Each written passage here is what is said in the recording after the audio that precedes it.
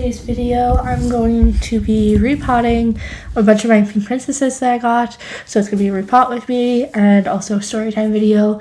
And this is a big contributor as to where I've been for the last month or two. So I seem to have accumulated a great deal of pink,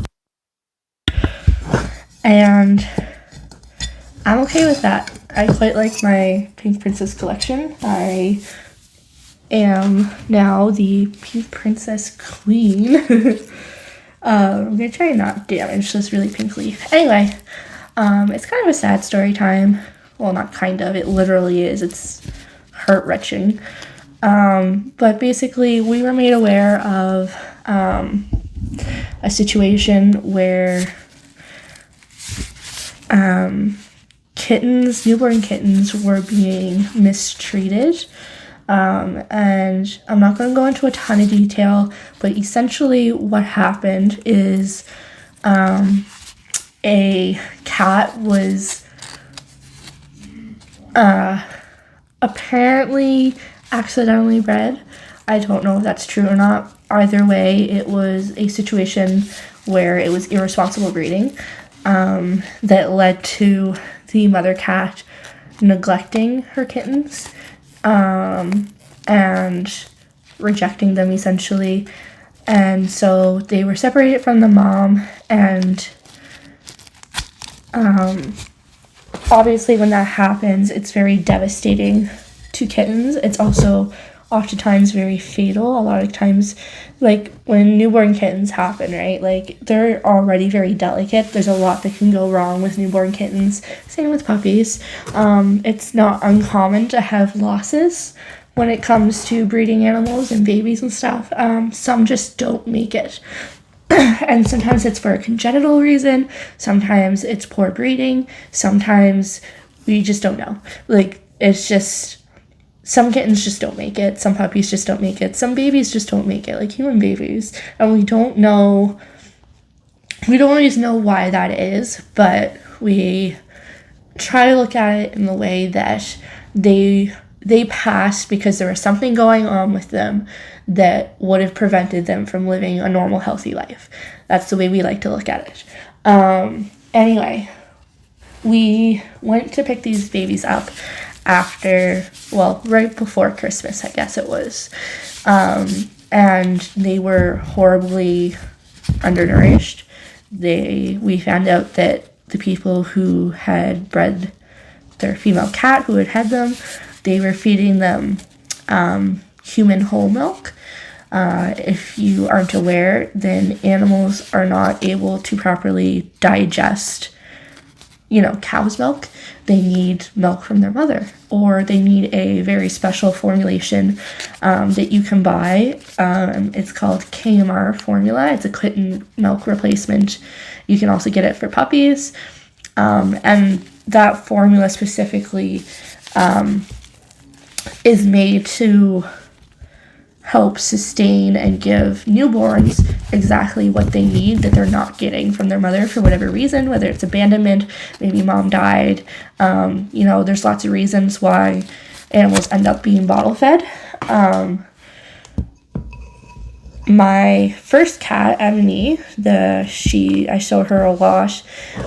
She was a bottle fed baby, and she was dumped at a very young age, and she wasn't quite weaned off. She was around 6 weeks, so she technically would have been fine without formula, but I just wanted to give her that extra boost because she was so sickly and everything.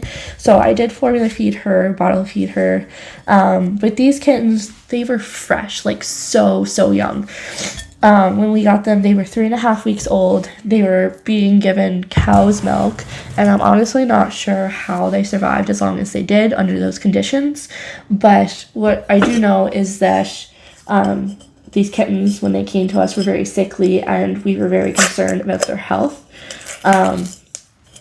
Initially, we had a really hard time getting them to nurse and bottle feed, but they did eventually. We got a special kitten food. It was like a kind of like a moussey type texture, so that it's really easy for them to eat, it's easier for them to digest. So we were doing that, and also bottle feeding every couple of hours. And newborn kittens are very susceptible to a lot of different things. One of those things is hypothermia. They need to be kept very warm. They need to be kept, with each other to avoid stress if possible. They need to be bottle fed very, very often. They have very small stomachs, so they need to be fed very little, but very often. And so we were up every 2 hours with them feeding, and same thing during the day. We were home with them all day. They never left our side. They constantly were with us because they needed that level of care at that age. And I'm going to insert some pictures of the 2 little kittens that we were taking care of. And things were going well. They were doing good. When we initially got them, we knew that they were very weak. They weren't really moving around. They weren't playing. They weren't really making noises. One in particular stuck out to us is very sickly. If you look at her in the picture here, you're going to notice that she is definitely the runt in the litter, and that she was not developing as well or as quickly as her little sister. And you can almost tell just looking at her how sick she was. And unfortunately, she is the baby that ended up passing away. I have had a lot of experience working with animals, and I know a lot about them. And so I understood the risks and the possibilities of what could happen by taking in these babies. And I think it was a bit more traumatic for my boyfriend because, well, for one, the night that it happened, he was the one that woke up and found her. But also, he had never been in a situation where he was taking care of almost newborn kittens. Hi, baby. She's still my kitten. Oh, you're so sweet. I swear, animals, they just know when you need them, right? Yeah. Every morning I go down and I sit on the couch and she just curls up with me for a while. You're very sweet. Yes, you are. This is Petunia. And she took to the kittens. She was petrified at first, but she ended up taking to them really well.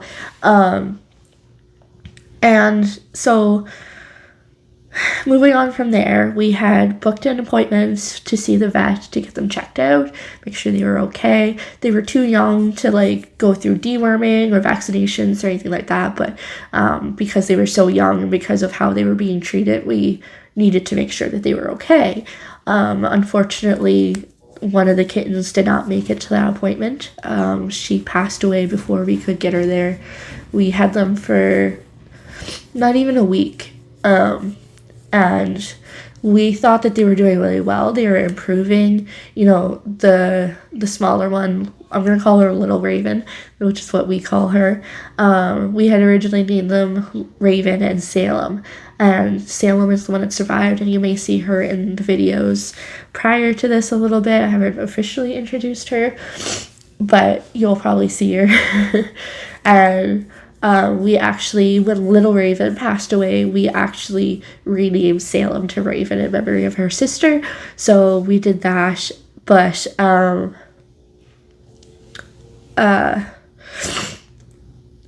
so that's why we call her Little Raven.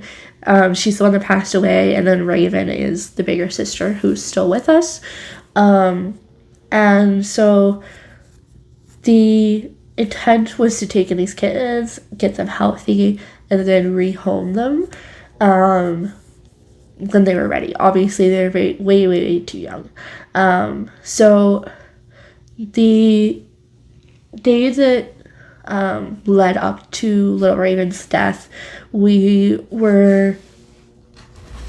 thought they were doing really well, and that's the thing that's really sad and devastating about it, is that it can happen so fast and out of nowhere, because when we went to bed that night and at their last feeding that night, she was totally fine. She was walking around, she was playing, she was eating so well. Like, you never would have thought something was going horribly wrong with her. But unfortunately, we woke up, I think it was around for the 5 o'clock feeding in the morning, and my boyfriend shook me awake and said that something was wrong and he needed help. And unfortunately, little Raven had gone completely limp. She was seizing, and it was absolutely devastating. She wasn't conscious anymore. You could tell that she was in pain and that she was suffering. She was kind of crying and stuff. So we knew that we had to take her to the vet immediately. It wasn't something that could wait. So we rushed her to the emergency vet. We called on the way and gave them the heads up that we were coming in with a deathly sick kitten. We took Raven as well, just in case, to get her checked out too. And unfortunately, by the time we got there, it was only about a 10-minute drive. To get there. It was obviously a very fast drive. But by the time we got there, she had, her breast had changed to agonal breathing. And if you don't know what that is, they are breaths that are essentially it's when an animal or a person or someone stops breathing, but the brain is still trying to get air in, and so it's kind of like a spasm that happens as the brain is deprived of oxygen. So she was no longer breathing well enough to sustain herself, and at that point is when I kind of knew that it wasn't going to end well. I knew at that point that she was not going to make it, at least not without resuscitation. We got her in, and the vet took her back immediately, rushed her back, and they immediately started working on her and warming up her body temperature. They did stuff to bring her blood sugar up, but they agreed with me that she very likely was not going to survive it without some serious intervention, which they ended up recommending against. They said that she was very underdeveloped, she was very tiny, she was very sickly, and they felt that, well, first of all, the chances, once agonal breaths have started, the chances of recovering from that are usually very, very low to begin with. But they felt that we would only be, even if they did do everything they could to keep her alive, they said that she was suffering, she was in pain. They could tell based on her heart rate and based on the sounds she was making and stuff like that. They could tell that she was in a lot of pain. And so by this time, the seizures had stopped and she was kind of just there, lifeless, with the agonal breaths going.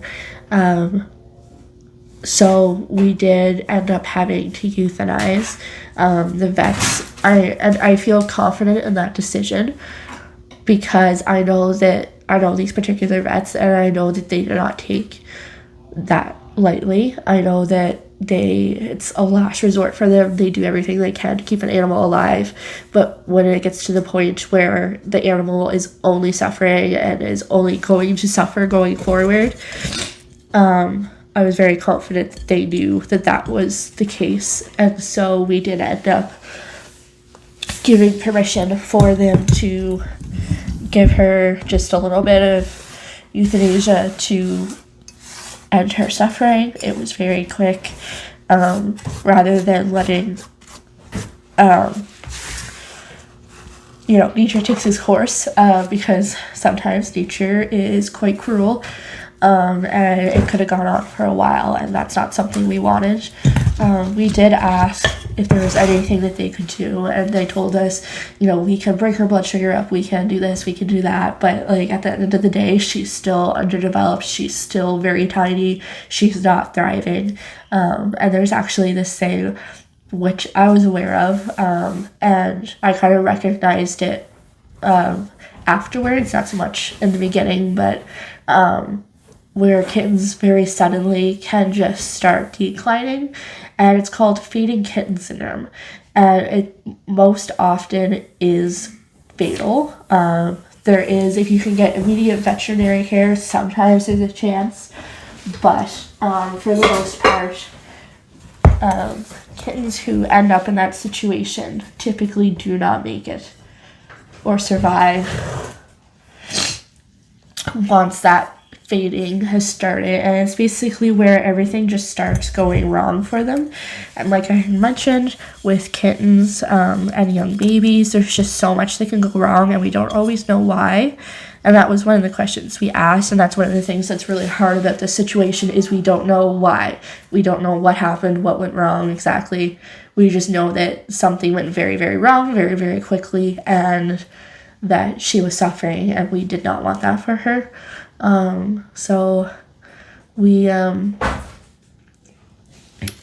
up taking the day off of work to go out and bury her at my grandparents. We put her under like a apple blossom tree that's really, really beautiful in the summer. And we buried her there with some of our other family pets. And so we've just been kind of recovering from that. And even after she passed away, we then had another new, like, sickly kitten, but she was much stronger. When we were at the emergency vet clinic, they didn't feel that she was at risk. They felt that as long as we got them into a vet in the new year, that she would be okay. They really did feel that this kitten that had passed away had likely had some kind of congenital defects going on, and that is why she ultimately did not survive. They said it's very common in kittens, especially in cases where the mother has abandoned them. The chances of survival when kittens are abandoned by mom is very, very low. A lot of times mother animals will know that there's something wrong with their babies, and so that can be why they reject them. So it's possible that the mother did reject these kittens because they knew that something was wrong with them. It's a possibility. There's also a million other possibilities, so we can't really say for sure or know for sure. But that's essentially what happened with little Raven. And then obviously we had this other little one that we ended up renaming to Raven, who it was actually quite worrisome because she was doing good, and looking back, like hindsight being 2020, you could tell the difference between the two of them. Like one was a lot more active, playing and stuff like that, not sleeping as much, and you could just tell that there was a difference between the two of them. And what ended up happening is after we buried her, the day after she had passed away, Raven actually herself ended up going into a very, very rapid decline. She stopped eating. She had to be force-fed. She was just very, very unwell. There was probably close to a 24-hour period where she just refused to eat, didn't eat anything, and we knew that she was not going to make it through the night. Surprisingly, this was on Christmas Eve that this went down, and we were fully aware that she was not going to survive the night. By some miracle through that night, she did end up surviving, and that evening or that night when we got home after, by the way, we didn't leave her by herself. She was with us at all times. But when we ended up coming back home, she actually did end up eating a little bit, and we gave her some bottles, some formula, and again, by some weird miracle or whatever, she ended up surviving the night and then went back to eating like nothing had been wrong the next day. And so we've had her into the vet since. She has a very severe case of worms. Her stomach's very swollen, but she's so young that she can't feed the worm yet. They did give her half a pill now that she's officially 8 weeks today. So in another 2 weeks, she'll have the other half of that medication, and then they'll likely have to do multiple rounds to clear everything up. But as of right now, she has officially made it to the 8-week mark, and that's when we start to get a little bit less concerned, because when they've made it to this point, usually they're going to be okay. When you start to see problems or very rapid declines, it happens before that 8-week period, especially around the first month. And so now that she's, 8 weeks old, 2 months, she is getting stronger every day. She has more energy every day. It's just really incredible how fast she's growing. She's getting so tall compared to when we took her home. She's very bossy, very mouthy. And yeah, she's a normal, happy little kitten. We suspect that the decline that she had on Christmas and Christmas Eve was likely or could have been missing her sister after she had passed away. And then being all alone all of a sudden and not having that comfort. And it was funny because after she passed away, we came home, and Petunia, Tootie over here, she immediately took to the surviving kitten, Raven. And they've been basically inseparable since. If we took Raven anywhere with us, I need a little bit more dirt for this pot, I think. If we took her anywhere, she would follow and cry and meow and like try to take her back, and she would pick her up by the scruff like a mama cat would, and Raven was trying to nurse on her and everything. So yeah, they have kind of a special little bond going on there right now. And we ended up deciding that we're not going to rehome her. We decided we're actually going to keep her. So it's official that we have a new kitten in our family, and I will insert some clips so you can see her a little bit and enjoy her as much as we've been enjoying. I have my pink princesses here repotted. I've got 1, 2, 3, 4, 5 going on. 5 of the little ones. I have some big ones too, but I'm going to put a moss bowl in with them. I'm going to do that later. So I just want to say thank you guys so much for watching. Thank you for being patient while we've been away. And I look forward to uploading more.